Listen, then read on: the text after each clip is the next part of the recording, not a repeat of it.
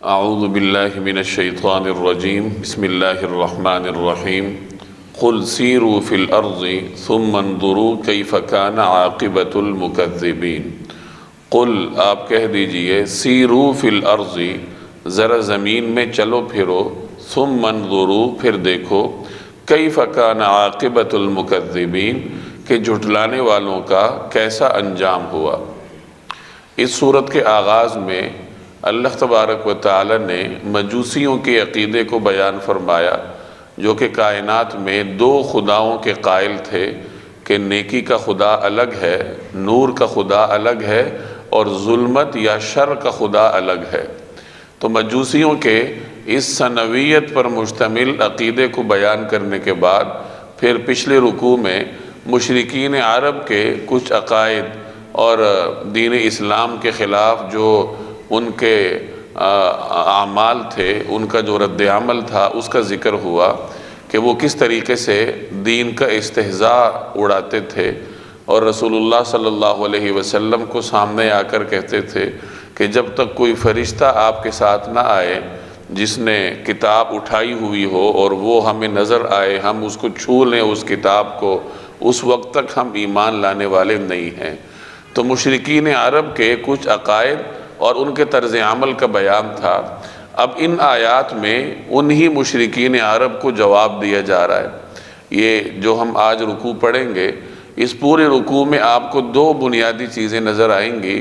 ایک تو اللہ جل جلالہ کی وحدانیت کا اس بات، اور دوسرے نمبر پر عقیدہ آخرت کو مختلف اسالیب کے ساتھ بیان کیا جائے گا۔ تو فرمایا کہ آپ ان سے کہہ دیجئے سیروا فی الارض، زمین میں چلو پھرو، پھر دیکھ لو کہ جنہوں نے اس سے پہلے جھٹلایا تھا ان کا انجام کیا رہا۔ تم آج جھٹلا رہے ہو تو تھوڑی سی تاریخ کو دیکھ لو، کیونکہ تاریخ انسان کے لیے عبرت کا ذریعہ ہوتی ہے۔ انسان گزشتہ لوگوں کی تاریخ کو دیکھ کر عبرت حاصل کرتا ہے کہ یہ جو پچھلے لوگ تباہ ہوئے کس وجہ سے ہوئے، یا جو پچھلے لوگوں نے کامیابیاں سمیٹی تو کس وجہ سے سمیٹی۔ تو اچھی چیزوں کو اپناتا ہے اور غلط چیزوں کو چھوڑتا ہے۔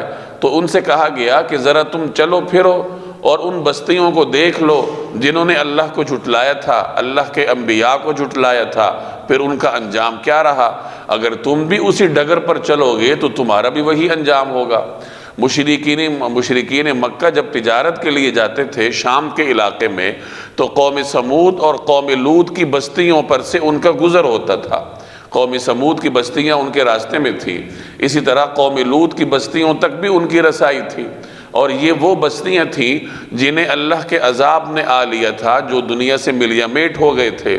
حالانکہ اپنے وقت میں یہ متمدن تہذیبوں کے مالک تھے، اور اچھی خاصی معیشت ان کی تھی، ترقی یافتہ لوگ شمار ہوتے تھے۔ لیکن جب انہوں نے انبیاء کی دعوت پر کان نہ دھرے تو اللہ تبارک و تعالی نے انہیں صفحہ ہستی سے مٹا دیا۔ قوم سمود کو بڑے بڑے ڈیل ڈول اللہ نے دیے تھے، اور بڑے بڑے پتھر، بڑے بڑے پہاڑوں کی چٹانیں وہ بغیر کسی قسم کے آلات کے تراشا کرتے تھے۔ اسی طریقے سے قوم لوط کو بھی اللہ نے ہر قسم کی نعمتوں سے نوازا تھا، مضبوط معیشت کے مالک تھے۔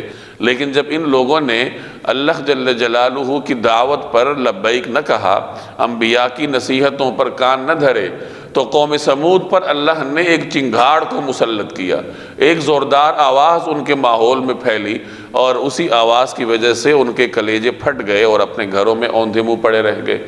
اور قوم لوط کو اللہ کے حکم سے فرشتے نے زمین سے اوپر اٹھایا اور اوپر لے جا کے ان کی زمین کو الٹا کر دیا۔ آسمان سے ان پر پتھروں کی بارش بھی برسی تھی۔ تو یہ قریش مکہ کو عبرت کے طور پر بتایا جا رہا ہے کہ ذرا چلو پھرو اور دیکھو کہ ان لوگوں کا کیا حشر ہوا۔ آشوری اقوام تھیں، کلدانی اقوام کسی زمانے میں تھیں، یہ ساری اقوام اپنے اپنے زمانے کی متمدن قومیں تھیں۔ لیکن جب انہوں نے اللہ جل جلالہ کی دعوت کو تسلیم نہ کیا، اللہ کی وحدانیت کا انکار کرنے پر تلے رہے، تو جو ان کا انجام تھا، تو قریش سے کہا جا رہا ہے کہ وہی انجام کہیں تمہارا نہ ہو جائے۔ سیروا فی الارض، چلو پھرو زمین میں، ثم انظروا پھر دیکھو، کیف کان عاقبۃ المکذبین کہ جھٹلانے والوں کا کیسا انجام ہوا۔ قل لمن ما فی السماوات والارض قل للہ، كتب على نفسه الرحمة ليجمعنكم إلى يوم القيامة لا ريب فيه الذين خسروا أنفسهم فهم لا يؤمنون۔ قل آپ کہہ دیجئے لمن ما فی السماوات والارض، آسمانوں اور زمین میں جو کچھ ہے وہ کس کی ملکیت ہے؟ ذرا ان سے پوچھئے کہ زمین و آسمان میں جو کچھ ہے اس کی ملکیت کس کی ہے؟ قل، اور پھر کہہ دیجئے للہ، اللہ ہی کی ملکیت ہے۔ کتب علی نفسہ الرحمہ، اس نے رحمت کو اپنے اوپر لازم کر رکھا ہے۔ لیجمعنکم الی یوم القیامۃ لا ریب فیہ، وہ تم سب کو ضرور بالضرور قیامت کے دن جمع کرے گا جس کے آنے میں کوئی شک نہیں ہے۔ الذین خسروا انفسہم فہم لا یؤمنون، جن لوگوں نے اپنی جانوں کے لیے گھاٹے کا سودا کر رکھا ہے وہ ایمان نہیں لاتے۔ بعض اوقات سمجھانے کے لیے سوال جواب کا اسلوب اختیار کر لیا جاتا ہے۔ آپ نے کسی شخص کو کوئی بات سمجھانی ہو تو آپ بیانیہ طریقہ بھی اختیار کر سکتے ہیں کہ اس کے سامنے وہ نصیحت بیان کر دیں یا وہ بات ذکر کر دیں، اور آپ سوال جواب کا اسلوب بھی اختیار کر سکتے ہیں کہ وہ بیان کرنے کی بجائے آپ اس سے سوال کریں۔ جب آپ سوال کریں گے تو وہ آپ کے سوال کے جواب کی طرف متوجہ ہوگا، جواب تلاش کرنے کی کوشش کرے گا، اسے نہیں ملے گا، پھر آپ اسے جواب دیں گے تو چونکہ وہ تلاش میں ناکام ہو چکا ہوگا اب وہ آپ کی بات کو توجہ سے سنے گا۔ تو بعض اوقات سمجھانے کے لیے سوال جواب کا اسلوب بھی اختیار کر لیا جاتا ہے۔ اس آیت میں عقیدہ توحید کو سمجھانے کے لیے یہی سوالیہ انداز اختیار کیا گیا کہ رسول اللہ صلی اللہ علیہ وسلم سے فرمایا گیا کہ آپ ان سے کہہ دیجئے کہ ذرا یہ بتاؤ کہ زمین و آسمان کو کس نے پیدا کیا؟ زمین اور آسمان کے درمیان جو مخلوقات ہیں ان کا خالق کون ہے؟ اور پھر خود ہی ان کو جواب دے دیجئے کہ اللہ ہے۔ یاد رکھیے قریش مکہ ان لوگوں میں سے نہیں تھے جو سرے سے خالق کے وجود کے منکر ہوں، جیسے آج کل ہمارے ہاں ملحدین پائے جاتے ہیں، دہریے پائے جاتے ہیں، بالخصوص جو مغربی تہذیب کے ماننے والے لوگ ہیں، مغرب کے رہنے والے لوگ، چاہے وہ عیسائی ہوں بظاہر لیکن در حقیقت وہ ملحد ہوتے ہیں، سرے سے کسی خدا کے قائل ہی نہیں ہیں۔ تو قریش مکہ ایسے نہیں تھے کہ وہ خدا کے قائل نہ ہوں، وہ ایک خالق کے قائل تھے کہ ایک رب موجود ہے جس نے اس پوری کائنات کو پیدا کیا ہے۔ باقی وہ یہ سمجھتے تھے کہ یہ جو ہمارے بت ہیں، ہماری مورتیاں ہیں، ان کو اس رب کے دربار میں اہم مقام حاصل ہے، ہم ان کی عبادت کریں گے تو ان کے ذریعے سے ہم اللہ تعالیٰ تک پہنچیں گے یا خالق تک پہنچیں گے۔ چنانچہ وہ یہ کہا کرتے تھے مَا نَعْبُدُهُمْ إِلَّا لِيُقَرِّبُونَا إِلَى اللَّهِ زُلْفَىٰ، کہ ہم ان کی عبادت اس لیے کرتے ہیں تاکہ یہ ہمیں اللہ کے قریب لے جائیں، ہمیں خالق کے دربار میں اہم مقام دلوا دیں، اس لیے ہم ان بتوں کی عبادت کرتے ہیں۔ تو وہ خالق کو مانتے تھے کہ ایک رب موجود ہے، تو اس وجہ سے ان سے کہا گیا کہ ذرا ان سے پوچھئے کہ زمین و آسمان اور اس کے درمیان جو کچھ ہے اس کا مالک کون ہے، اور پھر ان کو یاد دہانی کے لیے بتا دیجئے کہ وہ اللہ ہے، اور اس کی خصوصیت کیا ہے، اس کی صفت کیا ہے۔ کتب علی نفسہ الرحمہ، اس نے رحمت کو اپنے اوپر لازم کر رکھا ہے۔ زمین و آسمان کی ملکیت جب اللہ کی ہے تو پھر عقیدہ آخرت کو تسلیم کرنے میں کیا حرج ہے؟ جب آپ نے اللہ کی ملکیت کو مان لیا، اس کی طاقت کو مان لیا، جب وہ زمین و آسمان کو اور اس کے درمیان تمام مخلوقات کو پیدا کر سکتا ہے تو وہ تمہیں دوبارہ بھی زندہ کر سکتا ہے۔ تو اس طریقے سے عقیدہ آخرت انہیں سمجھایا جا رہا ہے۔ اللہ جل جلالہ کی ملکیت کو، اس کی طاقت کو، اس کی قدرت کو عقیدہ آخرت کے لیے بطور دلیل ذکر کیا گیا کہ جب زمین و آسمان کی ہر چیز کا مالک اللہ ہے پھر وہ تمہیں دوبارہ بھی پیدا کر دے گا، پھر یہ تمہارے لیے تعجب کی بات کیوں ہے کہ جب ہم مر جائیں گے پھر دوبارہ کیسے زندہ ہوں گے؟ اور آگے اللہ کی صفت بھی بیان کی کہ اس نے رحمت کو اپنے اوپر لازم کر رکھا ہے۔ ایک بات سمجھ لیجئے کہ اللہ کے اوپر کوئی چیز لازم نہیں ہے، کیونکہ اللہ سے آگے کوئی اتھارٹی نہیں ہے جو اس کے اوپر لازم کرے، تو اللہ کے اوپر کوئی چیز لازم نہیں ہے۔ ہاں اللہ نے اپنے لیے ایک سنت طے کر رکھی ہے۔ سنت کا مطلب یہ ہے کہ اللہ نے ایک طریقہ کار کا انتخاب کر رکھا ہے، اسے ہی سنت کہا جاتا ہے کہ یہ اللہ کی سنت ہے، جس کے بارے میں فرمایا وَلَن تَجِدَ لِسُنَّتِ اللَّهِ تَبْدِيلًا، کہ تم اللہ کی سنت کو تبدیل ہوتا ہوا نہیں دیکھو گے۔ تو یہ بھی اللہ کی سنت کا ایک جز ہے کہ اس نے اپنے لیے رحمت کا انتخاب کیا ہے۔ چنانچہ ایک روایت میں آتا ہے، حدیث قدسی ہے کہ میری رحمت میرے غضب پر غالب ہے۔ رحمت اور غضب دونوں صفات ہیں، لیکن رحمت کو غضب کے اوپر غالب کیا گیا۔ اور اللہ جل جلالہ کی رحمت کتنی وسیع ہے، اس سے آپ اندازہ لگا لیجئے کہ اللہ تعالیٰ کی رحمت کو اگر 100 اجزاء میں تقسیم کیا جائے تو جو 100واں جز ہے وہ اللہ نے دنیا میں مخلوقات پر نازل کر رکھا ہے، اور اسی 100ویں جز کی وجہ سے آپ دیکھتے ہیں کہ دنیا میں لوگوں کے درمیان محبت ہوتی ہے، باپ کو بیٹے سے محبت ہوتی ہے، جانوروں میں بھی اپنے بچوں سے یا اپنے والدین سے محبت کا عنصر پایا جاتا ہے۔ تو یہ اللہ جل جلالہ کی رحمت کے ایک جز کی وجہ سے ہے۔ باقی جو 99 اجزاء ہیں وہ اللہ تبارک و تعالیٰ نے بندوں کے لیے محفوظ کر رکھے ہیں۔ قیامت والے دن اللہ تبارک و تعالیٰ کی ان رحمت کے مظاہر اس کے بندوں پر نازل ہوں گے۔ تو فرمایا کہ اللہ نے اپنے اوپر رحمت کو لازم کر رکھا ہے۔ کتب علی نفسہ الرحمہ، اس نے اپنے لیے رحمت کو لازم کر رکھا ہے۔ اب پیچھے اللہ کی ملکیت کا بیان ہے اور آگے اللہ نے صفت رحمت کو ذکر کیا، تو ضمنی طور پر اس سے یہ معلوم ہوا، ہمیں اس سے یہ ایک سبق ملتا ہے عملی زندگی کے لیے کہ جو مالک ہے دنیا میں، جس کو اللہ نے عارضی ملکیت دے رکھی ہے، تو اس کو چاہیے کہ اپنے لیے اس صفت رحمت کو لازم پکڑے، کیونکہ یہ مالک کے ساتھ ایک قسم کی لازم ہے۔ جس شخص کو بھی اللہ نے اختیار دے رکھا ہے، چاہے وہ کتنا ہی اختیار کیوں نہ ہو، تھوڑا ہو یا زیادہ ہو، اسے چاہیے کہ اپنے اندر نرمی کو پیدا کرے۔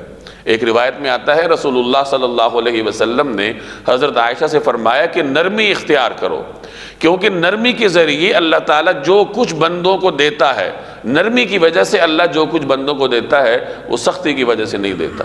آدمی اپنے اندر نرمی کو پیدا کرے تو جو اللہ کی رحمتیں اس پر برسیں گی وہ سختی کی وجہ سے پیدا نہیں ہو سکتی۔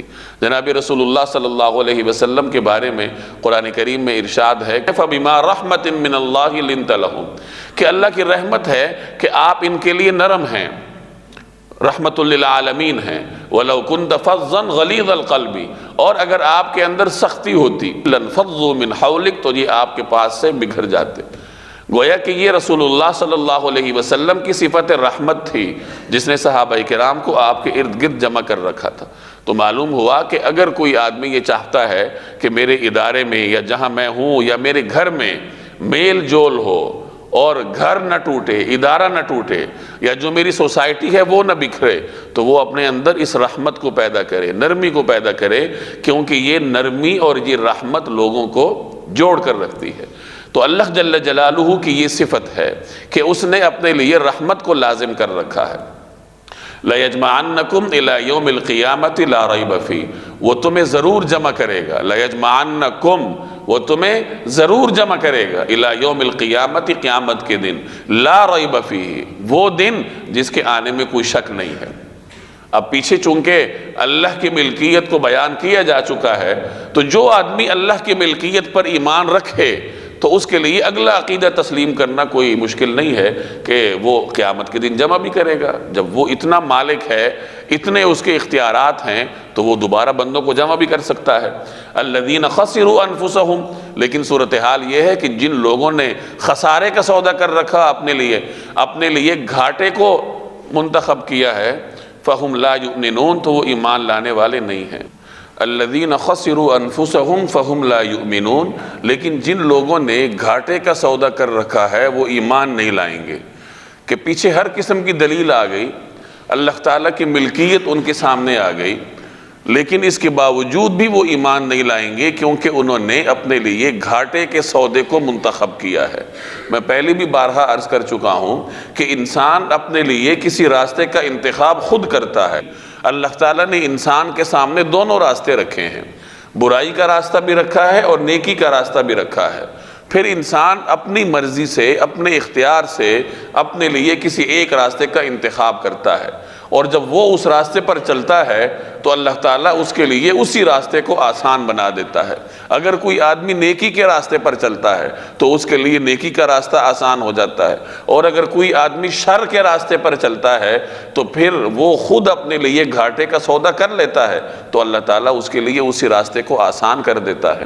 یہی وجہ ہے، آپ آج کل دیکھ لیجئے کہ ایسے ایسے جرائم وجود میں آتے ہیں کہ شاید ان کی مثال یا ان کی نظیر جنگل کے درندوں میں بھی نہ ملتی ہو، جو ہمارے ہاں انسانوں میں ہوتے ہیں۔ 6 ماہ کی بچیوں کا ریپ ہوتا ہے، یہ چیزیں جنگل کے درندوں میں بھی نہیں ہوتی۔ انسان اس حد تک گرا ہے تو کیوں گرا ہے؟ کیونکہ اس نے اس راستے پر چلنا شروع کیا، اور کبھی اللہ کے حضور توبہ تائب ہونے کا خیال بھی اس کے دل میں نہیں آیا، نتیجتاً وہ اس دنیا میں درندے سے آگے بڑھ کر ایک شیطان مجسم بن جاتا ہے۔ انسان کے لیے 2 چیزیں ہیں، یا تو وہ اشرف المخلوقات ہوگا یا وہ ارذل المخلوقات ہوگا۔ جب وہ صحیح راستے پر چلے گا تو اشرف المخلوقات ہے، غلط راستے پہ چلتا جائے گا تو ایک وقت آئے گا کہ وہ اس کائنات کا سب سے ذلیل مخلوق بن جائے گا کہ جنگل کے درندے بھی اس سے پناہ مانگیں گے۔ تو یہی بات ہے کہ جب ہر قسم کی دلیل آ گئی پھر بھی نہیں مانتے۔ کیوں نہیں مانتے؟ کیونکہ انہوں نے اپنے لیے سودا ہی گھاٹے کا کیا ہے، وہ راستہ منتخب کیا ہے اور اس سے واپس آنے کے لیے تیار نہیں ہیں۔ وَلَهُ مَا سَكَنَ فِي اللَّيْلِ وَالنَّهَارِ وَهُوَ السَّمِيعُ الْعَلِيمُ وَلَهُ مَا سَكَنَ فِي اللَّيْلِ وَالنَّهَارِ، اور رات اور دن میں جتنی مخلوقات آرام پاتی ہیں سب اسی کے قبضے میں ہیں۔ وَهُوَ السَّمِيعُ الْعَلِيمُ، اور وہ ہر بات کو سنتا اور ہر چیز کو جانتا ہے۔ پچھلی آیت میں اللہ تبارک و تعالی نے زمین و آسمان کے درمیان کی مخلوقات کو توحید کے لیے بطور دلیل کے پیش کیا، گویا کہ اس میں مقام کو دیکھا گیا کہ کوئی چیز جہاں کہیں بھی ہو، چاہے وہ زمین و آسمان کے درمیان ہے، زمین میں ہے، آسمان میں ہے، اس کی جگہ کوئی بھی ہے، وہ ہے اللہ کی ملکیت میں۔ اب یہاں پہ زمانے کا بیان ہے، دن اور رات کے آنے جانے سے ہی زمانے کی تعین ہوتی ہے، تو کوئی چیز کسی زمانے میں بھی ہو وہ ہے اللہ کی ملکیت، یعنی مکان اور زمان دونوں کو اللہ جل جلالہ کی ملکیت حاصل ہے۔ اور نتیجہ صاف واضح ہے کہ جب مکان اور زمان دونوں کا مالک اللہ جل جلالہ ہے تو پھر وہ اکیلا اس کائنات کو چلانے والا ہے، اور جس ذات کا اختیار اتنا وسیع ہے تو وہ انسان کو دوبارہ زندہ بھی کر سکتا ہے۔ وَلَهُ مَا سَكَنَ فِي اللَّيْلِ وَالنَّهَارِ، اور رات اور دن میں جتنی مخلوقات آرام پاتی ہیں، وَهُوَ السَّمِيعُ، وہ اسی کے لیے ہیں، وَلَهُ، وہ اسی کے لیے ہیں، وَهُوَ السَّمِيعُ الْعَلِيمُ، اور وہ سمیع ہے، سننے والا ہے، علیم ہے، جاننے والا ہے۔ سکنہ سے مراد یہاں پہ آرام پانا لیا گیا، اور بعض حضرات نے سکنہ سے مراد ساکن چیزیں لی ہیں کہ جو چیزیں دنیا میں ساکن ہیں، جن میں حرکت نہیں ہے، تو وہ اللہ کے قبضہ قدرت میں ہے۔ اب اس پر مفسرین نے بحث کی ہے کہ دنیا میں کچھ چیزیں ساکن ہیں، کچھ چیزیں متحرک ہیں، تو یہاں اللہ نے صرف ساکن چیزوں کا ذکر کیا، متحرک چیزوں کا ذکر کیوں نہیں کیا؟ تو اس کا جواب بھی مفسرین نے خود دیا ہے۔ بعض حضرات فرماتے ہیں کہ ساکن اور متحرک یہ دونوں چیزیں آپس میں مد مقابل ہیں، اور بعض اوقات جو چیزیں مد مقابل ہوں ان میں سے ایک کو ذکر کر کے دوسرے کو مراد لے لیا جاتا ہے۔ جیسے قرآن کریم میں ایک اور جگہ ارشاد ہے کہ وَجَعَلَ لَكُمْ سَرَابِيلَ تَقِيكُمُ الْحَرَّ، کہ اس نے تمہارے لیے قمیص بنائی تاکہ وہ تمہیں گرمی سے بچائے۔ اب قمیص تو سردی سے بھی بچاتی ہے، لیکن گرمی کا ذکر اس لیے فرمایا گیا کہ گرمی کو ذکر کر کے اس کا مد مقابل سردی خود بخود لے لیا جائے۔ تو اسی طریقے سے یہاں بھی ہے کہ ساکن چیزوں کا ذکر کیا گیا تاکہ اس کا جو مد مقابل متحرک چیزیں ہیں اس کو بھی اسی کے ضمن میں لے لیا جائے۔ اور بعض حضرات نے اس کا ایک اور جواب دیا کہ دنیا میں ساکن چیزوں کی تعداد زیادہ ہے بنسبت متحرک چیزوں کی۔ جو چیزیں متحرک ہیں ایک وقت آتا ہے کہ ان پر بھی سکون طاری ہو جاتا ہے۔ انسان اگر متحرک ہے موت آ جائے گی، کوئی اور زندہ مخلوق ہے اور حرکت میں ہے تو اس کے اوپر موت طاری ہو جائے گی، مستقل ابدی سکون میں آ جائے گی۔ اور جتنی چیزیں ہیں کبھی جب وہ متحرک ہوتی ہیں تو کبھی کبھار وہ ساکن بھی ہو جاتی ہیں اور پھر بالآخر ان کے لیے سکون ہے۔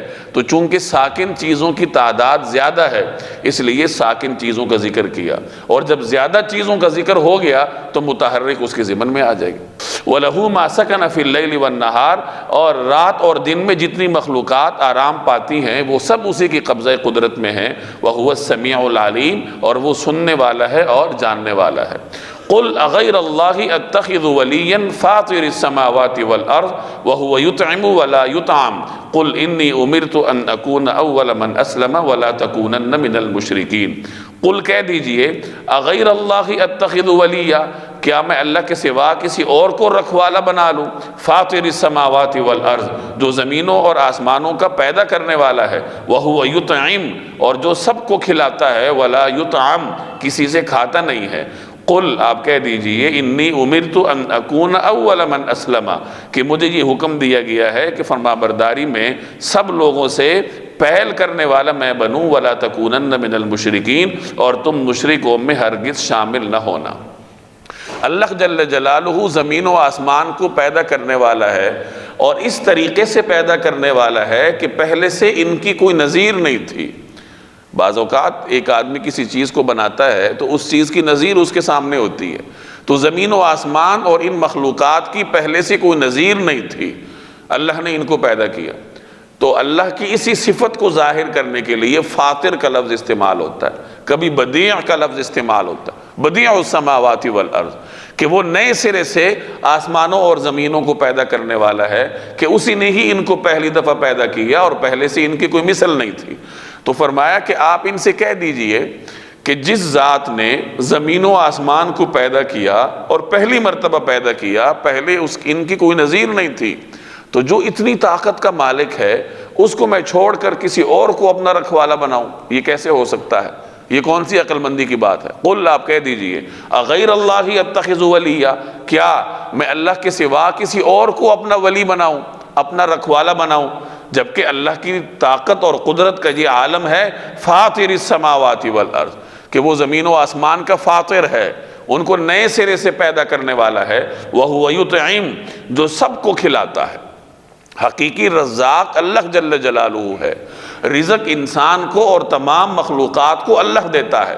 وَمَا مِن دَابَّةٍ فِي الْأَرْضِ إِلَّا عَلَى اللَّهِ رِزْقُهَا، کہ زمین میں کوئی چوپایا ایسا نہیں ہے جس کا رزق اللہ جل جلالہ کے ذمے نہ ہو، رزق اللہ پہنچاتا ہے، مخلوق نے صرف سبب اختیار کرنا ہوتا ہے، چاہے انسان ہو یا جانور ہو، انسان سبب اختیار کرتا ہے اور پھر رزق براہ راست اللہ تعالیٰ اس کو عطا کرتا ہے۔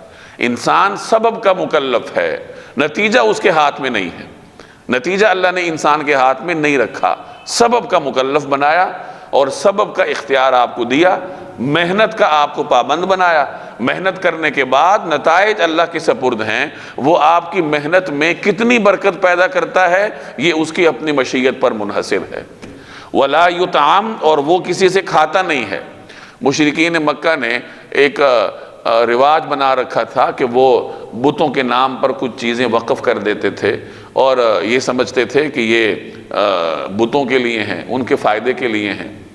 تو اللہ نے فرمایا کہ جو حقیقی رب ہے وہ کسی سے نہیں کھاتا، یعنی صرف یہی چیز ذہن میں بٹھا لو کہ وہ صرف کھلاتا ہے، اسے کھلانا نہیں پڑتا، وہ دوسروں کو کھلاتا ہے۔ وَهُوَ يُطْعِمُ، وہ کھلاتا ہے، وَلَا يُطْعَمُ، کسی سے کھاتا نہیں ہے۔ قل، آپ کہہ دیجئے انی امرت، مجھے یہ حکم دیا گیا، او ان اکون اول من اسلم، کہ فرما برداری میں سب لوگوں سے پہل کرنے والا میں بنوں، یعنی سب سے پہلے فرما برداری کا اظہار میں کروں۔ یہ انبیاء علیہم السلام کا طرز عمل ہے کہ انبیاء علیہم السلام سب سے پہلے اپنی دعوت پر خود ایمان لانے والے ہوتے ہیں، اس کے بعد وہ دوسروں کو اپنی دعوت کی طرف بلاتے ہیں۔ وَلَا تَكُونَنَّ مِنَ الْمُشْرِكِينَ، اور تم مشرکوں میں ہرگز شامل نہ ہونا۔ قل انی اخاف ان عصیت ربی عذاب یوم عظیم، قل کہہ دیجئے انی اخاف، کہ مجھے خوف ہے، ان عصیت ربی، کہ اگر میں اپنے رب کی نافرمانی کروں، عذاب یوم عظیم، ایک زبردست دن کے عذاب کا۔ کہہ دو کہ اگر میں اپنے پروردگار کی نافرمانی کروں تو مجھے ایک زبردست دن کے عذاب کا خوف ہے۔ یہ پیغمبر کی زبانی اپنے امت کو کہلوایا جا رہا ہے کہ جو اس کائنات کی سب سے مقدس ترین ہستی ہیں، جو معصوم ہیں، معصومیت کے درجے پر فائز ہیں، جب وہ یہ کہہ رہی ہیں کہ اگر میں بھی نافرمانی کروں تو مجھے بھی اپنے رب کے عذاب کا خوف ہے، تو پھر عام لوگوں کا کیا کہنا؟ تو یہ حقیقتاً مجھے اور آپ کو، تمام امت کو، تمام انسانوں کو تنبیہ کی جا رہی ہے کہ اگر نافرمانی کرو گے تو اس نافرمانی کو بھگتنا پڑے گا۔ مَن يُصْرَفْ عَنْهُ يَوْمَئِذٍ فَقَدْ رَحِمَ وَذَلِكَ الْفَوْزُ الْمُبِينُ۔ مَن يُصْرَفْ عَنْهُ يَوْمَئِذٍ، جس کسی شخص سے اس دن وہ عذاب ہٹا لیا گیا، فقد رحمہ، اس پر اللہ نے بڑا رحم کیا، وذالک الفوز المبین، اور یہی واضح کامیابی ہے۔ قیامت والے دن کوئی شخص بھی اپنے اعمال کی بنیاد پر جنت نہیں جائے گا، بلکہ براہ راست اللہ جل جلالہ کی رحمت سے انسان جنت میں جائے گا۔ انسان اعمال اس لیے کرتا ہے تاکہ وہ اللہ جل جلالہ کی رحمت کا مستحق بنے، وہ اللہ کا نیک بندہ بننے کی کوشش کرتا ہے، اپنے اندر عاجزی پیدا کرتا ہے تاکہ اس کی یہی عاجزی اسے اللہ جل جلالہ کی رحمت کے دائرے میں لے لے، اور اس رحمت کے دائرے میں آ کر وہ اپنے لیے ابدی کامیابی کا بندوبست کرے، ورنہ ابدی ناکامی اس کے مقدر میں ہوگی۔ اور یہی سب سے بڑی کامیابی ہے کہ انسان دوزخ کی آگ سے بچ جائے۔ من زحزح عن النار وادخل الجنہ فقد فاز، جو شخص آگ سے بچ گیا اور جنت میں داخل ہو گیا تو وہی کامیاب ہے۔ یہاں ایک اور چیز کی طرف بھی آپ کی توجہ دلاؤں کہ قرآن کریم اکثر جگہ فوز کا لفظ ذکر کرتا ہے، فاز کا لفظ ذکر کرتا ہے۔ فوز اور فاز سے مراد کامیابی ہے۔ میں اور آپ ہم سب کامیاب ہونا چاہتے ہیں نا، تو ذرا قرآن کریم کا تصور کامیابی بھی دیکھیں کہ قرآن کریم کس چیز کو کامیابی کہتا ہے۔ آج کل تو سافٹ ویئر ہیں، وہاں آپ لفظ ڈال دیں تو وہ ساری آیات آپ کے سامنے لے آئے گا۔ اب آپ اس قسم کا تجربہ کر لیں کہ فوز کا لفظ اس سرچ بار میں ڈالیں اور نیچے وہ پورے قرآن کریم سے کامیابی سمیٹ کر آپ کے سامنے رکھ دے گا۔ جس آیت میں کامیابی کا ذکر ہوگا وہ آیت آپ کے سامنے آ جائے گی۔ ان تمام آیات کا ترجمہ پڑھیں اور پھر آپ کے سامنے قرآن کریم کا تصور کامیابی آئے گا کہ قرآن کس کو کامیابی کہتا ہے اور ہم کس کو کامیابی سمجھتے ہیں۔ کسی قرآن کریم کی کسی آیت میں یا رسول اللہ صلی اللہ علیہ وسلم کے کسی فرمان میں بڑے منصب کو، زیادہ دولت کو، بڑے بنگلے کو، بڑی سواری کو کامیابی نہیں کہا گیا، اور ہم اسی چیز کو کامیابی کہتے ہیں۔ ایسا ہی ہے نا، ہمارے ہاں کامیابی کس چیز کو سمجھا جاتا ہے کہ وہ بڑا افسر بن جائے، بڑا ڈاکٹر بن جائے، ڈھیر ساری فیس لے، ڈھیر ساری تنخواہ لے، تو ہم سمجھتے ہیں کہ ہمارا بچہ کیا ہوگا، پھر کامیاب ہوگا۔ اور اگر اس کی تنخواہ کم ہوئی تو وہ ناکام ہوگا۔ یہ جو نمبروں کی دوڑ ہے کہ اے گریڈ ہے، A1 گریڈ، یہ کس لیے ہے؟ یہ اس لیے ہے کہ آگے جا کے ہم اس کو میڈیکل کا ٹیسٹ دلوائیں یا انجینئرنگ کا ٹیسٹ دلوائیں، یہ بڑا ڈاکٹر بنے، بڑا انجینئر بنے اور ڈھیر ساری تنخواہ لیں۔ کیا والدین کے کبھی وہم و گماں میں ہوتا ہے کہ وہ ڈاکٹر بن کر قوم کی خدمت کرے؟ خدمت کا عنصر شاید ہی کسی باپ میں ہو، اس کے ذہن میں ہو۔ ہمارے ہاں ڈاکٹر اتنے جلاد کیوں ہیں، اتنے ظالم کیوں ہیں؟ اتنے ظالم اس لیے ہیں کہ انہوں نے پڑھا ہی اس نقطہ نظر سے ہوتا ہے، اور ان کو پڑھایا ہی اسی نقطہ نظر سے گیا ہوتا ہے کہ تم بڑے آدمی بنو گے، بہت سارے پیسے لوگے۔ نتیجہ یہ نکلتا ہے کہ آدمی مر رہا ہوتا ہے، ڈاکٹر کہتا ہے میری فیس لاؤ۔ تو ہمارے ہاں آوے کا آوا بگڑا ہوا ہے کہ کامیابی کا تصور دین ہمیں کچھ اور بتا رہا ہے اور ہم کامیابی کسی اور چیز کو بنا کے بیٹھے۔ یہاں یہ عرض کر دوں کہ دنیا میں جس چیز کو ہم کامیابی سمجھتے ہیں یہ دین میں منع نہیں ہے۔ منع دین میں نہیں ہے کہ آپ ڈھیر ساری دولت کمائیں، جتنی مرضی کمائیں۔ صحابہ کرام میں ارب پتی لوگ بھی تھے، لیکن ساتھ وہ عشرہ مبشرہ میں بھی تھے۔ عبد الرحمن بن عوف ارب پتی صحابی تھے، لیکن وہ عشرہ مبشرہ میں بھی تھے۔ حضرت عثمان امیر کبیر صحابی تھے، لیکن عشرہ مبشرہ میں بھی تھے۔ تو دولت انسان کمائے لیکن اس کو دین پر ترجیح نہ دے۔ ترجیح کس کو دے؟ دین کو۔ جب ہم نے کامیابی ہی دنیا کو سمجھ رکھا ہے تو آخرت ہمارے تصور کامیابی میں کہیں ہے ہی نہیں۔ تو کامیابی آخرت کو سمجھا جائے اور دنیا کی اس کامیابی کو آخرت کی کامیابی کا راستہ سمجھا جائے، اور یہی چیزیں اولاد کو بتائی جائیں کہ تم دنیا میں بڑے آدمی اس لیے بنو گے تاکہ آخرت میں بڑے آدمی بنو، اچھے ڈاکٹر اس لیے بنو گے تاکہ تم قوم کی خدمت کرو، دین کی خدمت کرو، اور یہ خدمت قبر میں تمہارے کام آئے۔ اس کا یہ مطلب نہیں ہے کہ ہم دنیاوی تعلیم چھوڑ دیں، مسجد آ کے بیٹھ جائیں۔ سارے اگر امامت کرنے لگ جائیں گے تو علاج کون کرے گا؟ تو مسلمان ہر فیلڈ میں ہوتا ہے، ہر میدان میں ہوتا ہے، لیکن وہ جس میدان میں بھی ہوتا ہے وہ دین کو اوپر رکھتا ہے۔ دین اور دنیا کی تفریق اسلام میں ہے ہی نہیں کہ یہ دیندار ہے اور یہ دنیا دار ہے، یہ تفریق شریعت میں نہیں ہے۔ تفریق اس وقت ہوتی اگر اسلام صرف اس مسجد کی چار دیواری کے لیے اترتا۔ اسلام تو مسجد کی چار دیواری کے لیے نہیں ہے، پوری دنیا کے لیے ہے۔ اتنے احکامات شریعت میں مسجد کے نہیں ہوں گے جتنے بازار کے ہیں۔ اگر ایک شخص بازار میں بیٹھا ہے، کاروبار کر رہا ہے اور وہ دین کے احکامات پہ عمل کر رہا ہے تو اس سے بڑا دیندار کوئی نہیں ہے۔ اور اگر ایک شخص مسجد کی چار دیواری کے اندر دن رات بیٹھتا ہے لیکن اس کے دل و دماغ پر دولت کمانے کا بھوت سوار ہے تو اس سے بڑا دنیا دار کوئی نہیں ہے۔ تو سارا جو کھیل ہے وہ آپ کی ذہنیت کا ہے کہ انسان کی نیت کیا ہے۔ ہو سکتا ہے کہ ایک شخص آپ کو دکان میں نظر آ رہا ہے لیکن وہ اللہ کا اتنا بڑا ولی ہے کہ ایک مسجد کا امام اس کے پاؤں کی دھول تک بھی نہیں پہنچ سکتا۔ تو سارا جو کام ہے وہ انسان کی اپنی ذہنیت کا ہے کہ وہ کس ذہنیت کے ساتھ کر رہا ہے۔ ایک روایت میں آتا ہے جناب رسول اللہ صلی اللہ علیہ وسلم ایک جگہ تشریف فرما تھے تو صحابہ بھی بیٹھے ہوئے تھے۔ سامنے سے ایک صاحب گزرے جو بڑے صحت مند تھے، توانا تھے، تو کسی نے کہا، وہ اپنے کسی کام سے جا رہا تھا، تو کسی نے کہا کہ کاش یہ صحت جہاد کے لیے استعمال ہوتی، یہ توانا آدمی ہے یہ جہاد کرتا۔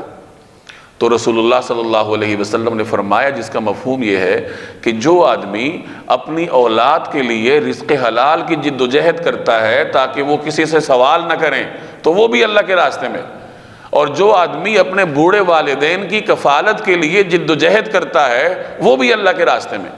پھر آگے اس قسم کے کئی جملے ہیں کہ وہ بھی اللہ کے راستے میں اور وہ بھی اللہ کے راستے میں، یعنی دنیا میں آپ کوئی بھی کام کریں۔ ایک طالب علم ہے، وہ میڈیکل کا سٹوڈنٹ ہے، انجینئرنگ کا سٹوڈنٹ ہے، کامرس پڑھ رہا ہے، لیکن اس نیت سے پڑھ رہا ہے کہ میں اپنے اس علم کے ذریعے دین کی خدمت کروں، قرآن پاک کی خدمت کروں۔ میں نے ابھی تھوڑی دیر پہلے آپ کو بتایا کہ ہر فن قرآن کریم کی خدمت کر سکتا ہے۔ سائنس پڑھنے والا قرآن کریم کا خادم بن سکتا ہے، دنیا کا ہر فن قرآن کریم کا خادم ہے، بشرطے کہ کوئی خدمت کرنے کی نیت کرے۔ اگر کوئی سائنس پڑھتا ہے وہ پڑھے، اس نیت سے پڑھے کہ میں سائنس پڑھ کر دین کی خدمت کروں گا، قرآن پاک کی خدمت کروں گا، تو اس کا یونیورسٹی آنا جانا، اس کا اپنے ادارے میں آنا جانا، یہ سارا کچھ کہاں شمار ہوگا؟ اللہ کے راستے میں شمار ہوگا۔ تو یہ چیزیں اپنی اولاد کو سمجھانے کی ضرورت ہے کہ جب صبح وہ بیگ اٹھا کے نکلتا ہے تو اس کے دل و دماغ میں یہ بات ہو کہ میں اللہ کے راستے میں نکل رہا ہوں، اور اللہ کے راستے میں نکلنے کے پھر کچھ آداب ہوتے ہیں، پھر وہ ان آداب کو مد نظر رکھے گا۔ اور اگر ذہن میں بٹھایا ہوا ہو کہ ہم تو دنیا دار ہیں، پھر انسان آزاد ہوتا ہے، پھر جو چاہتا ہے وہ کرتا ہے۔ وَذَلِكَ الْفَوْزُ الْمُبِينُ، اور یہی در حقیقت واضح کامیابی ہے۔ تو یہ قرآن کریم کا تصور کامیابی ہے۔ تو ان آیات پر غور کیا کریں، اس کی عادت بنائیں۔ ایک جگہ اللہ تعالیٰ اپنے بندوں سے شکوہ کرتا ہے، اور شکوہ کیا کرتا ہے؟ شکوہ یہ نہیں کرتا کہ تم دنیا کیوں کماتے ہو، یا تم جاب کیوں کرتے ہو، تم کاروبار کیوں کرتے ہو، بلکہ شکوہ یہ کرتا ہے کہ تم دنیا کو آخرت پر ترجیح کیوں دیتے ہو۔ دنیا کی زندگی کے لیے جد و جہد منع نہیں ہے، وہ تو ہمارا فرض ہے، کریں گے، لیکن اگر اس دنیا کی جد و جہد کو آخرت کی جد و جہد پر ترجیح دیں گے تو اللہ تعالیٰ اس کا پھر شکوہ کرتا ہے کہ تم نے دنیا کی زندگی کو آخرت کی زندگی پر ترجیح کیوں دی۔ وَإِن يَمْسَسْكَ اللَّهُ بِضُرٍّ فَلَا كَاشِفَ لَهُ إِلَّا هُوَ وَإِن يَمْسَسْكَ بِخَيْرٍ فَهُوَ عَلَى كُلِّ شَيْءٍ قَدِيرٌ وَإِن يَمْسَسْكَ اللَّهُ بِضُرٍّ، اگر اللہ تعالیٰ تمہیں کوئی تکلیف پہنچائے، فَلَا كَاشِفَ لَهُ إِلَّا هُوَ، تو خود اس کے سوا اسے دور کرنے والا کوئی نہیں ہے۔ وَإِن يَمْسَسْكَ بِخَيْرٍ، اور اگر وہ تمہیں کوئی بھلائی پہنچائے، فَهُوَ عَلَى كُلِّ شَيْءٍ قَدِيرٌ، تو وہ ہر چیز پر قدرت رکھتا ہی ہے۔ یہ وہ آیت ہے جو ہم جیسے کمزور ایمان والوں کو اپنے شعور میں بٹھانے کی ضرورت ہے کہ ساری کی ساری خیر اللہ کی جانب سے ہے، اور جو بھی نقصان ہے اس کا فیصلہ بھی اللہ نے کرنا ہے۔ دنیا کی ساری طاقتیں اگر مل جائیں انسان کو نقصان دینے کے لیے، لیکن اللہ کی مشیت نہ ہو تو دنیا کی ساری طاقت مل کر بھی آپ کو نقصان نہیں دے سکتی۔ اور اگر ساری دنیا مل کر آپ کو خیر پہنچانا چاہے لیکن اللہ کی مشیت نہ ہو تو سارے مل کر بھی آپ کو خیر نہیں پہنچا سکتے۔ وَإِن يَمْسَسْكَ اللَّهُ بِضُرٍّ، اللہ اگر آپ کو کوئی تکلیف دینا چاہے، کوئی نقصان دینا چاہے، فَلَا كَاشِفَ لَهُ، تو اس نقصان کو دور کرنے والا اور کوئی نہیں ہے الا ہو سوائے اس کے، اسی کے دربار سے فیصلے ہوں گے۔ وَإِن يَمْسَسْكَ بِخَيْرٍ، اور اگر وہ آپ کو بھلائی پہنچائے، فَهُوَ عَلَى كُلِّ شَيْءٍ قَدِيرٌ، تو وہ ہر چیز پر قدرت رکھتا ہی ہے۔ وَهُوَ الْقَاهِرُ فَوْقَ عِبَادِهِ وَهُوَ الْحَكِيمُ الْخَبِيرُ۔ وَهُوَ الْقَاهِرُ، اور وہ اپنے بندوں کے اوپر مکمل اقتدار رکھتا ہے۔ وَهُوَ الْقَاهِرُ، وہ مکمل اقتدار رکھتا ہے، فوق عبادہ، اپنے بندوں پر۔ وَهُوَ الْحَكِيمُ الْخَبِيرُ، اور وہ حکیم بھی ہے اور پوری طرح باخبر بھی، یعنی سارے بندے اس کے قبضہ قدرت میں ہیں، بندوں کے دل بھی اس کے قبضہ قدرت میں ہیں۔ ایک روایت میں آتا ہے کہ ان القلوب فی اصبعی الرحمن یقلبها کیف یشاء، کہ انسان کے دل اللہ کی دو انگلیوں کے درمیان ہیں، وہ جیسے چاہتا ہے ان کو پلٹتا ہے۔ ایک مسنون دعا ہے جو نبی کریم صلی اللہ علیہ وسلم مانگا کرتے تھے، یا مقلب القلوب ثبت قلبی علی دینک، کہ اے دلوں کو پلٹنے والے میرے دل کو اپنے دین پر ثابت قدم رکھ۔ انسان اگر کبھی نیک کام کر لے تو نیک کام کرنے کا یہ مطلب نہیں ہوتا کہ وہ گناہگار کو غلط سمجھنے لگ جائے، گناہگار سے نفرت کرنے لگ جائے۔ گناہگار سے نفرت نہیں ہوتی، گناہ سے نفرت ہوتی ہے۔ گناہگار کے ساتھ تو ہمدردی ہوتی ہے۔ اگر میں ایک نماز پڑھ کر باقیوں کو اپنے سے کم سمجھنے لگ جاؤں تو مجھے خوف ہونا چاہیے کہ دل تو اللہ کے ہاتھ میں ہے، اگر وہ دل پلٹ دے، مجھے ادھر رکھ لے، اس کو ادھر لے آئے۔ تو ہمیشہ ایک معرفت رکھنے والا انسان اللہ جل جلالہ کے خوف سے لرزتا رہتا ہے، اور جتنے آدمی کے اندر معرفت بڑھتی ہے اتنا اس کے اندر خوف بھی بڑھتا ہے۔ ایک روایت میں آتا ہے کہ جبریل اور میکائیل جیسے فرشتے اللہ تعالیٰ کی خفیہ تدبیر کی وجہ سے لرزتے رہتے ہیں کہ نہ جانے ہمارے لیے اللہ نے کیا لکھا ہوگا، ہمارا مستقبل کیا ہوگا، تو میں اور آپ کیسے مطمئن ہو سکتے ہیں۔ حضرت ابراہیم علیہ السلام نے جب بیت اللہ کی تعمیر کی تو کتنا بڑا کارنامہ تھا کہ اللہ کا گھر بنایا، لیکن بیت اللہ کی تعمیر کرنے کے بعد انہوں نے کیا کیا؟ عاجزی کے ساتھ اللہ کے حضور دعا کی، ربنا تقبل منا، کہ یا اللہ ہم سے قبول فرما لیجیے، یعنی بنا تو ہم نے دیا ہے، قبول آپ نے فرمانا ہے۔ تو یہ ایک حقیقی بندے کی علامت ہے کہ بندگی کا تقاضا یہ ہے کہ جتنی عبادات وہ بڑھاتا جائے اسی قدر اس کی عاجزی میں اضافہ ہونا چاہیے، اور عاجزی کی وجہ سے پھر بندوں کے ساتھ ہمدردی پیدا ہوتی ہے، دوسروں کو دیکھ کر اس کے دل میں نفرت نہیں پیدا ہوتی۔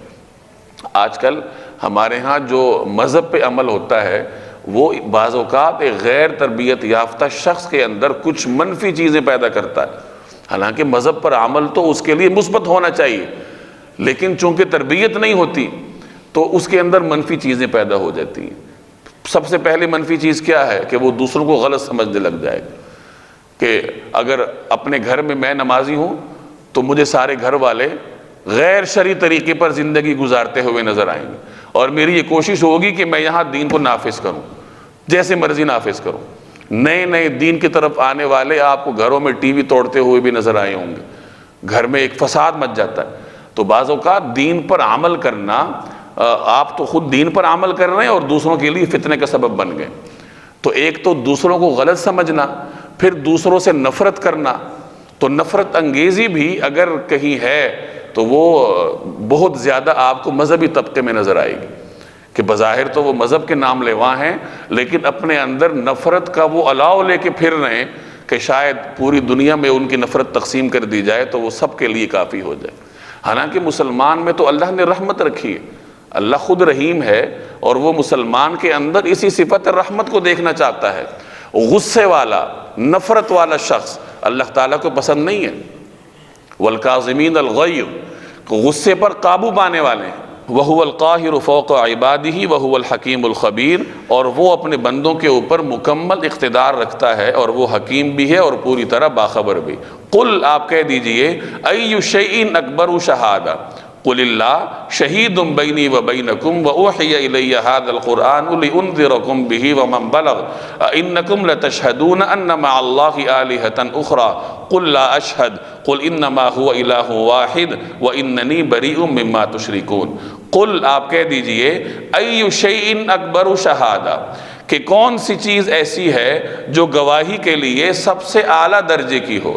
قل اللہ، کہہ دیجئے کہ اللہ، شہید بینی و بینکم، میرے اور تمہارے درمیان گواہ ہے، وَأُوحِيَ إِلَيَّ هَذَا الْقُرْآنُ لِأُنذِرَكُم بِهِ وَمَن بَلَغَ، اور مجھ پر یہ قرآن وحی کے طور پر اس لیے نازل کیا گیا ہے تاکہ اس کے ذریعے میں تمہیں بھی ڈراؤں اور ان سب کو بھی ڈراؤں جنہیں یہ قرآن پہنچے۔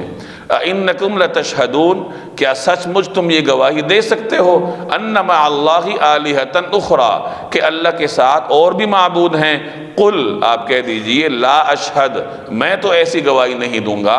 قل، کہہ دیجئے انما هو الہ واحد، کہ وہ تو صرف ایک خدا ہے، واننی بریء مما تشرکون، اور جن جن چیزوں کو تم اس کی خدائی میں شریک ٹھہراتے ہو میں ان سب سے بیزار ہوں۔ آپ کہہ دیجئے وہ تو صرف ایک خدا ہے، اور جن جن چیزوں کو تم اس کی خدائی میں شریک ٹھہراتے ہو میں ان سب سے بیزار ہوں۔ پیچھے اللہ تبارک و تعالیٰ کی قدرت کو بیان کیا گیا، اب یہاں اللہ تعالیٰ کو بطور گواہ کے پیش کیا جا رہا ہے کہ آپ کہہ دیجئے کہ زمین و آسمان میں سب سے اعلیٰ گواہی کس کی ہو سکتی ہے، اور پھر ان کو کہہ دیجئے کہ اللہ کی ہو سکتی ہے، کیونکہ وہ سب سے زیادہ اختیار رکھتا ہے، وہ تمام تر اختیارات کا منبع اور مرکز ہے۔ اس میں ایک اور پیغام بھی ہے کہ اگر تم لوگ گواہی نہیں دیتے تو مت دو، اللہ تعالیٰ خود گواہی دیتا ہے۔ تمہارے گواہی نہ دینے سے اللہ کی ملکیت اور اس کی بادشاہت میں کیا فرق پڑتا ہے؟ کوئی فرق نہیں پڑتا۔ انسان عبادت کرتا ہے اپنے فائدے کے لیے کرتا ہے، اور اگر گناہ کرتا ہے تو اس کا نقصان بھی اسی کو ہوگا۔ سارے دنیا کے سارے انسان اگر عبادات کرنے لگ جائیں تو اللہ جل جلالہ کی ملکیت اور طاقت میں رائی کے دانے کے برابر بھی اضافہ نہیں ہوتا، اور ساری دنیا کی ساری مخلوقات اللہ کی نافرمانی کرنے لگ جائیں تو اس کی ملکیت میں رائی کے دانے کے برابر کمی نہیں ہو سکتی۔ تو انسان جو کچھ کرتا ہے اس کا نفع نقصان اسی کو بھگتنا پڑے گا۔ تو فرمایا کہ گواہی سب سے اعلیٰ درجے کی کس کی ہو سکتی ہے، اور ان کو کہہ دیجئے کہ اللہ کی ہو سکتی ہے، اور وہی میرے اور تمہارے درمیان گواہ ہے۔ آگے فرمایا کہ یہ قرآن کریم میرے اوپر اس لیے نازل کیا گیا لِأُنذِرَكُم بِهِ، تاکہ میں تمہیں ڈراؤں۔ جناب نبی کریم صلی اللہ علیہ وسلم نے اولین دعوت عربوں کو دی۔ قرآن کریم عربی زبان میں نازل ہوا، اور اس کے اولین مخاطب عرب تھے، اور اس کے بعد پھر پوری دنیا نبی کریم صلی اللہ علیہ وسلم کی دعوت کی مخاطب ہے۔ تو گویا کہ جناب نبی کریم صلی اللہ علیہ وسلم عالمگیر نبی ہیں۔ ابتدا قوم کو دعوت دینے سے ہوئی، اور اس کے بعد پوری دنیا میں جہاں کہیں کوئی انسان بستا ہے وہ نبی کریم صلی اللہ علیہ وسلم کا مخاطب ہے۔ یہاں دونوں باتوں کا ذکر ہے۔ مجھ پر قرآن کیوں نازل ہوا؟ تاکہ میں تمہیں ڈراؤں، اہل عرب کو، کیونکہ تم اس کے پہلے مخاطب ہو، اور اس کے بعد ومن بلغ، اور پھر جہاں تک یہ قرآن پہنچے، یعنی پوری دنیا میں جہاں تک یہ پہنچے، کچھ لوگ جہاں کہیں بستے ہوں وہ اس قرآن کریم کے مخاطب ہوں گے۔ تو ومن بلغ کے ذریعے جناب نبی کریم صلی اللہ علیہ وسلم کی رسالت کی آفاقیت اور عمومیت کا اعلان ہے کہ نبی کریم صلی اللہ علیہ وسلم کا مخاطب ہر وہ انسان ہے جو اس کائنات میں رہتا ہے، چاہے وہ کہیں بھی رہتا ہو۔ یہ تو حضور صلی اللہ علیہ وسلم کا امتیاز ہے کہ آپ کو اللہ نے تمام انسانوں کے لیے قیامت تک نبی بنا کے بھیجا۔ گزشتہ انبیاء علیہ السلام خاص علاقے کی طرف تشریف لاتے تھے، کوئی پیغمبر خاص بستی کی طرف آتا تھا، کوئی پیغمبر خاص برادری کی طرف آتا تھا۔ ایک وقت میں دو پیغمبر بھی گزرے ہیں، اس سے زائد بھی ہوئے ہوں گے، اور یہ حضور صلی اللہ علیہ وسلم کا امتیاز ہے کہ اللہ تعالیٰ نے آپ کو تمام دنیا کے لیے رسول اور پیغمبر بنا کر بھیجا۔ تو فرمایا گیا کہ یہ قرآن کریم مجھ پر اس لیے نازل ہوا تاکہ میں اس کے ذریعے تمہیں ڈراؤں کہ تم اس کے براہ راست مخاطب ہو، اور پھر یہ پیغام جہاں تک پہنچے ان سب کو اس سے ڈرایا جائے۔ تو تبلیغ کی بنیاد قرآن کریم ہے۔ قرآن کریم کے نزول کا مقصد ہی یہ ہے تاکہ لوگوں کو اس کے ذریعے ہدایت پہنچے۔ ایک بزرگ کا مقولہ ہے کہ جس شخص تک قرآن کریم پہنچ جائے اور جو اس کو پڑھ لے فقط رآ محمدً، تو گویا اس نے نبی کریم صلی اللہ علیہ وسلم کا دیدار کر لی۔ یہ قرآن کریم نبی کریم صلی اللہ علیہ وسلم کی شخصیت کو آپ کے سامنے پیش کرتا ہے۔ اسی لیے حضرت عائشہ سے جب پوچھا گیا کہ حضور صلی اللہ علیہ وسلم کا اخلاق کیسا تھا، تو انہوں نے فرمایا کہ تم نے قرآن نہیں پڑھا، کان خلقہ القرآن، ان کے تو اخلاق قرآن کریم ہے، قرآن کریم ان کی اخلاق کو بیان کرتا ہے۔ تو قرآن کریم نبی کریم صلی اللہ علیہ وسلم کی مکمل شخصیت کو آپ کے سامنے پیش کرتا ہے، اور اسی کو آگے پہنچانے کا ہر امتی مکلف ہے۔ رسول اللہ صلی اللہ علیہ وسلم نے ارشاد فرمایا بلغوا عنی ولو کان آیا، کہ مجھ سے آگے پہنچاؤ چاہے ایک آیت ہی کیوں نہ ہو۔ کسی شخص نے قرآن کریم کی کوئی آیت سن لی، کوئی دین کا حکم اس کے سامنے آ گیا، اب اس کے ذمے دو چیزیں ہیں، پہلی چیز یہ ہے کہ وہ خود عمل کرے، اور دوسری چیز یہ ہے کہ اس کو آگے بھی پہنچائے۔ بعض اوقات ہم ان دونوں میں سے کوئی ایک چیز چھوڑ دیتے ہیں کہ خود تو عمل کریں گے دوسروں کو نہیں بتائیں گے، اور کبھی ایسا بھی ہوتا ہے کہ خود تو عمل نہیں کریں گے اور دوسروں کے لیے رہنما بن کے بیٹھ جائیں گے، دوسروں کے لیے باعث بن کے بیٹھ جائیں گے۔ تو دونوں چیزوں پر عمل کامیابی کے لیے ضروری ہے کہ خود بھی عمل ہو اور دوسروں کو بھی پھر اس کی طرف دعوت دی جائے۔ وَأُوحِيَ إِلَيَّ، اور مجھ پر وحی کے طور پر نازل کیا گیا، ھذا القرآن، یہ قرآن کریم، کیوں؟ لِأُنذِرَكُم بِهِ، تاکہ اس کے ذریعے میں تمہیں ڈراؤں، وَمَن بَلَغَ، اور جنہیں یہ قرآن کریم پہنچے۔ أَإِنَّكُمْ لَتَشْهَدُونَ، کیا تم سچ مچ گواہی دے سکتے ہو، أَنَّ مَعَ اللَّهِ آلِهَةً أُخْرَى، کہ اللہ کے ساتھ اور بھی معبود ہیں؟ یعنی اپنے دلوں کو دیکھ کر بتاؤ کہ اللہ تعالیٰ کی اتنی قدرت دیکھنے کے باوجود بھی تم واقعتاً یہ کہہ سکتے ہو کہ اللہ کے ساتھ کوئی اور معبود ہے؟ اور پھر فرمایا کہ آپ کہہ دیجئے لا اشہد، میں تو نہیں کہوں گا، میں تو یہ گواہی نہیں دوں گا۔ قل، آپ کہہ دیجئے انما هو الہ واحد، کہ وہ تو صرف ایک خدا ہے، ایک خدا ہے، واننی بریء، اور میں بری ہوں ان چیزوں سے، مما تشرکون، جو تم اس کے ساتھ شریک ٹھہراتے ہو۔ مسلمان کے لیے توحید کا اقرار بھی ضروری ہے، اور توحید کی منافی چیزوں سے برات کا اعلان بھی ضروری ہے، کہ ہم توحید کے منافی ہر قسم کے عقیدے سے بری ہیں اور اس سے ہمارا کوئی تعلق نہیں ہے۔ تو نفی اور اس بات دونوں مل کے مسلمان کو تشکیل دیتے ہیں۔ الذین آتیناہم الکتاب، جن لوگوں کو ہم نے یہ کتاب دی ہے، یعرفونہ، وہ ان کو پہچانتے ہیں، کما یعرفون ابناءہم، جیسے وہ اپنے بیٹوں کو پہچانتے ہیں۔ الذین خسروا انفسہم، پھر جن لوگوں نے اپنے جانوں کے لیے سودے کا، گھاٹے کا سودا کر رکھا ہے، فہم لا یؤمنون، وہ ایمان نہیں لاتے۔ جن لوگوں کو ہم نے کتاب دی ہے، مراد بنی اسرائیل ہیں، جنہیں اللہ نے تورات دی تھی، انجیل دی تھی، انہیں کتابوں سے نوازا تھا، اور ان کتابوں میں انہوں نے نبی کریم صلی اللہ علیہ وسلم کی نشانیوں کو پڑھ رکھا تھا کہ یہ نشانیاں ہوں گی خاتم النبیین کی، جو پیغمبر آخر میں تشریف لائیں گے، تو وہ ان نشانیوں کو پڑھے ہوئے تھے۔ تو یہاں فرمایا گیا کہ یہ آپ کو اسی طرح جانتے ہیں جیسے یہ اپنے بیٹوں کو جانتے ہیں، یعنی جس طرح انہیں اپنے بیٹوں پہ اعتماد ہوتا ہے کہ یہ ہماری ہی اولاد ہے، اسی طریقے سے انہیں رسول کی حقانیت پر بھی اعتماد ہے اور یقین ہے کہ واقعتاً یہ پیغمبر ہیں۔ اب اس کے باوجود ایمان کیوں نہیں لاتے؟ کیونکہ انہوں نے اپنے لیے گھاٹے کے سودے کا انتخاب کیا ہے، یہ راستہ انہوں نے خود ہی اپنے لیے منتخب کیا۔ ام المومنین حضرت صفیہ رضی اللہ تعالی عنہا رسول اللہ صلی اللہ علیہ وسلم کی زوجہ مطہرہ تھی، ان کا تعلق یہود کے خاندان سے تھا۔ حیی بن اخطب جو یہود کا سردار تھا، یہ ان کی بیٹی تھی۔ ان کے مقدر میں اللہ نے رسول اللہ صلی اللہ علیہ وسلم کی زوجیت لکھی تھی۔ تو یہ فرماتی ہیں کہ جب حضور صلی اللہ علیہ وسلم مکہ سے ہجرت کر کے مدینہ تشریف لائے، تو ابھی آپ قباء میں تھے، لوگ ملنے جا رہے تھے، تو فرماتی ہیں کہ میرے والد اور چچا بھی ملنے کے لیے گئے، اور جب وہ واپس آئے تو ان کے چہرے اترے ہوئے تھے۔ میرے چچا نے میرے والد سے پوچھا کہ ان کے بارے میں آپ کا کیا خیال ہے، یعنی جس شخصیت کی ہم زیارت کر کے آئے ہیں، ان کے بارے میں آپ کا کیا خیال ہے؟ تو والد نے کہا کہ نبی مرسل ہیں، نبی برحق ہیں۔ تو چچا نے پوچھا تو پھر ہمارا طرز عمل کیا ہوگا؟ تو اس نے کہا دشمنی، نہیں مانیں گے۔ کیوں؟ اناد، ضد۔ ان کا یہ خیال تھا کہ آخری نبی بھی بنی اسرائیل میں سے آئے گا، اور وہ آئے قریش میں سے، عرب میں سے، بنی اسماعیل میں سے، تو یہ چیز ان سے برداشت نہ ہوئی۔ تو اچھی طرح معلوم تھا کہ یہ نبی مرسل ہیں، اور پھر بھی وہ مخالفت پہ اتر آئے۔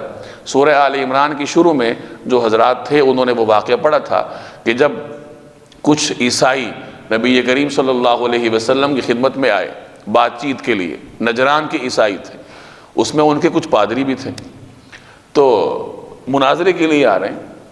اب جو ان کا لاٹ پادری تھا، بڑا پادری، اس کا چھوٹا بھائی بھی تھا، تو وہ جو چھوٹا بھائی تھا راستے میں اس کی سواری کو ٹھوکر لگی۔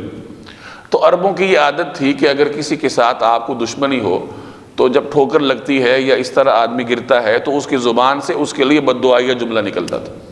تو اس کی سواری کو ٹھوکر لگی تو اس کی زبان سے رسول اللہ صلی اللہ علیہ وسلم کے لیے اس طرح کا بد دعائیہ جملہ نکل گیا۔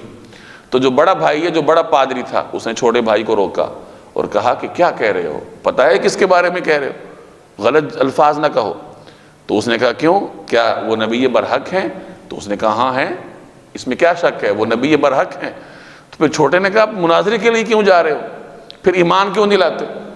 تو وہ کہنے لگا کہ ایمان اگر ہم لے آئیں تو یہ جو بادشاہوں نے ہمیں منصب دے رکھے ہیں یہ کہاں جائیں گے؟ اب اللہ کا کرنا یہ ہوا کہ وہ چھوٹا بھائی ایمان لے آیا اور یہ بڑا پادری اس سے محروم رہا۔ تو یہ انسان کا اپنا ذوق ہوتا ہے، ہر انسان میں اللہ نے صلاحیت رکھی ہوتی ہے اور وہ خود ہی اپنی صلاحیت کا منہ موڑتا ہے۔ حدیث میں آتا ہے کل مولود یولد علی الفطرہ، ہر بچہ فطرت پر پیدا ہوتا ہے، اور فطرت کیا ہے کہ وہ اللہ کی معرفت رکھتا ہے، اس کے اندر اللہ نے صلاحیت رکھی ہے کہ وہ اللہ کی معرفت رکھے گا، اور جب اللہ کی معرفت ہوگی تو اللہ کے رسول کی بھی معرفت رکھے گا۔ اس فطرت کے ساتھ اللہ ایک انسان کو پیدا کرتا ہے، لیکن ہوتا کیا ہے فَأَبَوَاهُ يُهَوِّدَانِهِ وَيُمَجِّسَانِهِ، اس کے والدین اس کو یہودی بنا دیتے ہیں یا مجوسی بنا دیتے ہیں۔ یعنی بچہ پیدا فطرت پر ہوا ہے، صلاحیت اس کے اندر موجود ہے، لیکن ماحول اس کی صلاحیت کو بگاڑ دیتا ہے۔ وہ جس ماحول میں رہتا ہے وہی ماحول اس کے اوپر اثر انداز ہوتا ہے، اس کی صلاحیتیں بگڑ جاتی ہیں، اس کے اندر جو اللہ نے ایک جوہر رکھا ہے اپنے خالق کو پہچاننے کا، معرفت کا، وہ زنگ آلود ہو جاتا ہے، نتیجتاً وہ یہودی بن گیا، مجوسی بن گیا، اللہ کے دین کا دشمن بن گیا، یا اگر مسلمان ہے تو نافرمانی کے راستے پر چل پڑا۔ تو صلاحیت اللہ نے ہر انسان میں رکھی ہے، ہمارے ذمے اس صلاحیت کو پالش کرنا ہے، اس کے اوپر سے زنگ اتارنا ہے۔ اور وہ زنگ کیسے اترے گا؟ غیر مسلم کے لیے اور طریقہ ہے، مسلمان کے لیے اور طریقہ ہے۔ مسلمان کے لیے زنگ اتارنے کا طریقہ کیا ہے؟ اللہ تعالیٰ کا ذکر ہے۔ الا بذکر اللہ تطمئن القلوب، کہ دلوں کو جو اطمینان ملتا ہے وہ اللہ کے ذکر کے ذریعے ملتا ہے۔ اطمینان کا مطلب کہ دل میں جو اللہ نے ایک معرفت رکھی ہے اور صلاحیت رکھی ہے، اس معرفت کے اوپر گرد و غبار جم گیا، نتیجتاً اللہ کے ساتھ اس کے رابطے میں خلل آ گیا، تو اس زنگ کو اتارو تاکہ بندے کا اپنے خالق کے ساتھ ایک رابطہ جڑے۔ تو انسان اپنے لیے راستے کا انتخاب خود کرتا ہے۔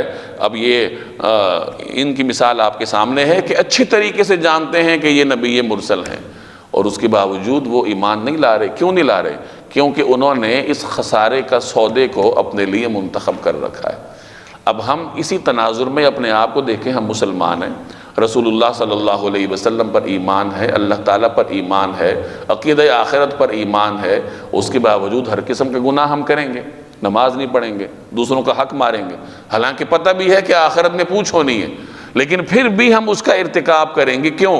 کیونکہ وہ گناہ کے راستے کا انتخاب ہم کرتے ہیں، دل پہ زنگ چڑھا ہوا ہے، اور ایمان کی جو حقیقت ہے اس سے ہم ناواقف ہیں۔ ایک روایت میں آتا ہے کہ ایمان اسی طرح پرانا ہوتا ہے جس طرح کپڑا پرانا ہو جاتا ہے، لہٰذا اس کو نیا کیا کرو۔ اور ایمان نیا کس طرح ہوتا ہے؟ ماحول سے ہوتا ہے، ذکر اذکار سے ہوتا ہے، عبادات سے ہوتا ہے، نمازوں سے ہوتا ہے۔